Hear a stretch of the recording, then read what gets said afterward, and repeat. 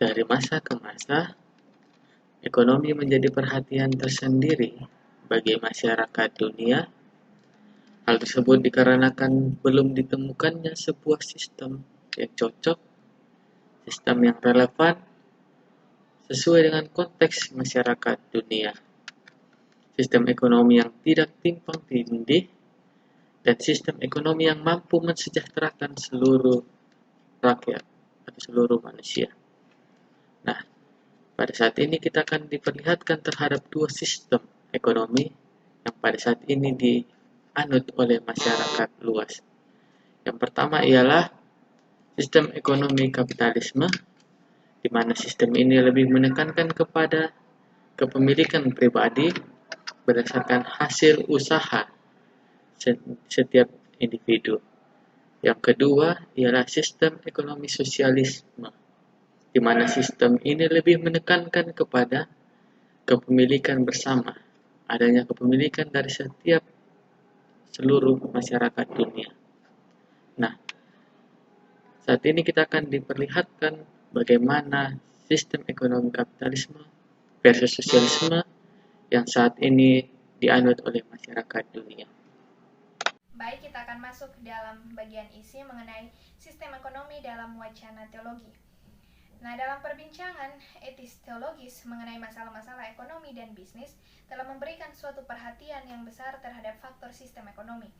Ada banyak sekali teolog yang telah mengambil bagian untuk menyumbangkan pikiran mereka terkait dengan permasalahan yang terjadi dalam sistem ekonomi. Secara garis besar, sikap-sikap teologis mengenai sistem ekonomi dapat digolongkan dalam 3 kubu. Kubu yang pertama yaitu teologi anti-kapitalisme. Sikap tegas dari anti-kapitalisme diwakili oleh beberapa teolog, dan pada umumnya para teolog anti-kapitalisme ini prihatin pada masalah keadilan dan nasib pihak yang lemah, yang berkaitan dengan perkembangan kapitalisme menjadi suatu sistem yang berskala global. Pada kubu ini muncul beberapa masalah. Yang pertama, kekuasaan kapitalisme global. Bagi para teolog anti-kapitalisme, kapitalisme pada dasarnya adalah permainan uang dan kekuasaan yang hanya menguntungkan pihak yang sudah kaya dan kuat, karena sistem ini memungkinkan eksploitasi oleh pihak yang kuat terhadap yang lemah. Guterres meminjam teori ketergantungan dari Raul Prebisch yang memandang struktur ekonomi kapitalis yang terdiri dari bagian pusat dan bagian pinggiran. Nah, baginya, kemajuan dan kemakmuran hanya terjadi di bagian pusat saja, yaitu bagi mereka yang merupakan pemilik modal dan penguasa teknologi, sedangkan bagian pinggiran adalah mereka yang mengalami kemiskinan, kesenjangan sosial, dan ketegangan politis. Oleh karena itu, Guterres menegaskan bahwa bagian pinggiran selalu tergantung pada pusat dan sangat mudah dipermainkan oleh pusat. Masalah yang kedua yaitu kapitalisme global dan kekuatan politis. Dakro dengan sangat tegas menolak pandangan bahwa kapitalisme membebaskan lembaga ekonomi dari campur tangan penguasa politis. Bagi Dakro, kapitalisme sejak awal sudah memanfaatkan politis dalam ekspansinya.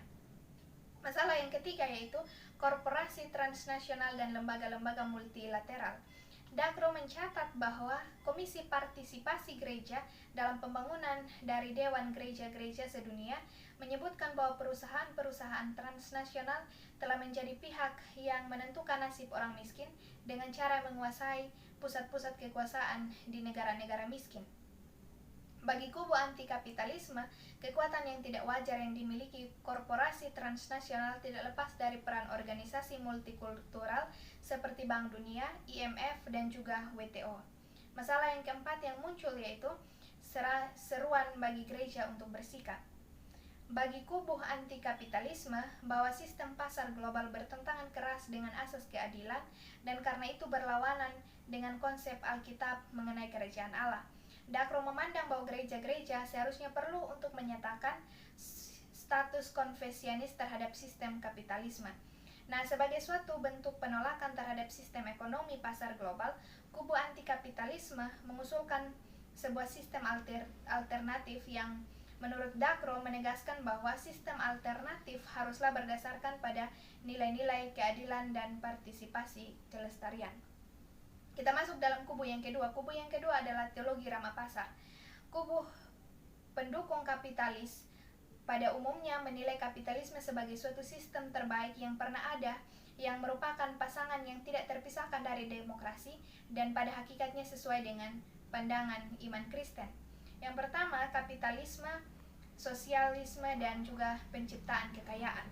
Di sini ada beberapa tokoh yang menyampaikan pemikirannya, terutama oleh Novak. Novak menolak tuduhan dari para teolog pembebasan yang menganggap kemiskinan dunia ketiga disebabkan oleh ulah negara kapitalis barat. Novak juga menolak teori pusat dan pinggir yang disuarakan oleh kubu anti-kapitalisme. Yang kedua, kapitalisme, HAM, dan juga demokrasi. Di sini Novak meyakini bahwa kapitalisme adalah implikasi dari demokrasi. Baginya, demokrasi di suatu pihak mengutamakan kebebasan pribadi dan di pihak lain mendorong terbentuknya komunitas-komunitas baru yang melampaui batas-batas primordial. Kemudian yang ketiga, praktik kapitalisme sekarang ini. Di sini tokoh yang bernama Nas mengakui bahwa dalam praktik kapitalisme tidaklah selalu indah dari apa yang didefinisikan. Kapitalisme maupun sosialisme adalah istilah-istilah yang memayungi serangkaian sistem yang berbeda-beda. Nas meyakini bahwa secara umum praktik kapitalisme tetap lebih baik ketimbang sosialisme. Yang berikut, sikap terhadap korporasi. Nah, korporasi adalah bentuk baru dari komunitas yang mewadahi kebutuhan individu-individu untuk menjalin kebersamaan dengan orang lain dalam masyarakat modern yang dimana hampir semua kewajiban menjadi lebih besar dan terlalu rumit untuk dilakukan oleh seorang individu saja. Sehingga Novak menegaskan bahwa korporasi memang didirikan untuk tujuan ekonomi, namun tidak dapat sekedar dianggap sebagai lembaga ekonomi. Novak mengakui bahwa dalam praktik korporasi sering melenceng dari nilai-nilai dasar dan hakikatnya yang sejati. Kita masuk kepada kubu yang ketiga. Pada umumnya, para teolog dalam kelompok ketiga ini setuju dengan teologi Rama Pasar, bahwa kapitalisme atau ekonomi pasar merupakan satu-satunya alternatif yang dapat dipakai untuk menangani masalah-masalah ekonomi yang fundamental. Sifatnya yang mendorong produktivitas, efisien, dan inovasi. Menurut mereka, ini adalah sebuah kekuatan sistem yang di dalamnya memaksa para diktator di banyak negara untuk menghentikan politik yang mengisolasi rakyat dari pergaulan global. Namun di sisi lain, mereka tidak yakin dengan sistem ini karena adanya bentuk radikal dan tidak menjaminnya keadilan. Kung adalah salah satu tokoh yang pro dengan kapitalisme. Dalam penegasannya menerima globalisasi ekonomi sebagai sesuatu hal yang tidak dapat dielakkan. Globalisasi ekonomi bersifat ambivalen. Globalisasi ekonomi membuka kesempatan-kesempatan baru untuk mengembangkan potensi-potensi ekonomi. Ada dua negara yang mengalami perubahan ekonomi yang sangat luar biasa, yaitu Asia dan Amerika Latin. Di sisi lain, ada kesulitan di dalam globalisasi ekonomi. Yang pertama, pekerjaan di sektor tradisional tergeser oleh jenis-jenis pekerjaan baru yang berbasis teknologi dan berorientasi ekspor. Yang kedua, globalisasi dan teknologi membuat masalah ekologis menjadi semakin mengglobal. Artinya bahwa adanya kerusakan alam semakin merajalela, semakin parah. Yang kedua, globalisasi ekonomi membuat tindakan kejahatan semakin membesar. Contohnya, mafia semakin berskala global, semakin besar. Menurut Atheron, di dalam pembicaraan etis dan teologis tradisional telah gagal memahami hal-hal mendasar mengenai realitas ekonomi. Atheron menganggap bahwasanya penyataan resmi gereja-gereja di barat tentang ekonomi, teologi pembebasan terlalu memusatkan perhatian pada implikasi pasar yang merusak kehidupan bangsa dan komunitas, dan mengabaikan manfaat-manfaat pasar, justru lebih besar ketimbang kerusakan yang ditimbulkan. Preston menolak kesejajaran langsung antara ekonomi masa kini dengan ekonomi masa Alkitab. Ia mengkritik metode hermeneutik yang dipakai oleh gerakan ekumenis yang dianggap tidak memadai karena adanya perbedaan fundamental antara ekonomi zaman Alkitab dengan ekonomi zaman sekarang. Menurut Preston, konsep kenabian Alkitab bukanlah model yang dapat diterapkan langsung untuk gereja masa kini, sehingga ia menganjurkan penggunaan Alkitab secara lebih bertanggung jawab dengan melakukan analisa sosial, ekonomi, dan politis. Preston menolak eksklusif para pendukung kapitalisme. Kemudian apa sih relevansinya dari ketiga kubu ini dengan konteks Indonesia? Teologi mempunyai peluang untuk memainkan peran penting di dalam perkembangan ekonomi. Sejarah ekonomi di Indonesia diwarnai dengan berbagai kegagalan ataupun keberhasilan. Indonesia adalah salah satu negara yang padat penduduk. Kemiskinan adalah salah satu masalah yang serius yang perlu kita selesaikan. Sistem ekonomi yang pernah dan sedang diterapkan di Indonesia belum dibuktikan atau terbukti mampu mengatasi masalah kemiskinan yang pada saat ini masih kita rasakan. Pendekatan teologi ekonomi Indonesia sangat perlu untuk dipertimbangkan kapasitasnya dan posisi politis gereja dalam masyarakat Indonesia. Pendekatan profetis yang bersifat resisten seperti yang diserukan oleh kubu anti kapitalis bukan menjadi satu-satunya pilihan bagi ekonomi Indonesia. Pendekatan profetis perlu diimbangkan dengan pendekatan pastoral dan pendekatan dialogis.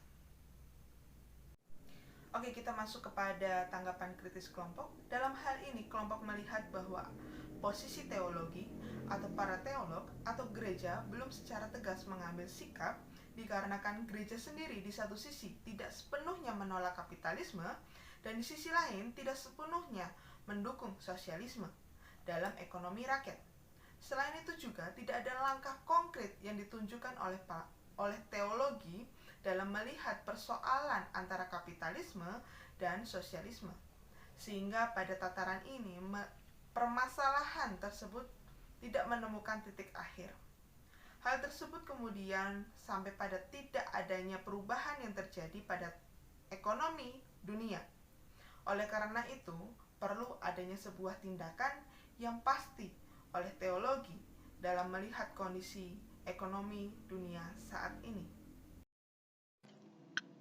Dalam melihat permasalahan kapitalisme versus sosialisme, kelompok kami melihat bahwa peran gereja atau teologi di sini seakan-akan menyatakan bahwa mereka menolak atau anti terhadap kapitalisme tersebut. Akan tetapi, pada kenyataannya, itu tidak sepenuhnya terjadi. Karena di lain sisi juga, gereja tidak terlalu mendukung adanya kepemilikan bersama atau sosialisme dalam ekonomi dunia. Karena gereja juga di satu sisi melihat bahwa kebanyakan negara yang menggunakan sistem kapitalisme dapat membangun industri dan memajukan ekonomi di negaranya. Selain itu juga, sosialisme dianggap sebagai sistem ekonomi yang belum berdampak bagi ekonomi dunia. Nah, selain itu, kami melihat bahwa gereja belum memiliki peran terhadap permasalahan kapitalisme versus sosialisme yang terjadi. Gereja belum mengambil tindakan yang pasti dan memberikan saran atau solusi bagi permasalahan tersebut, sehingga tidak adanya perubahan yang besar atau langkah yang diambil oleh gereja dalam melihat permasalahan tersebut agar terjadinya upaya perubahan. Demikian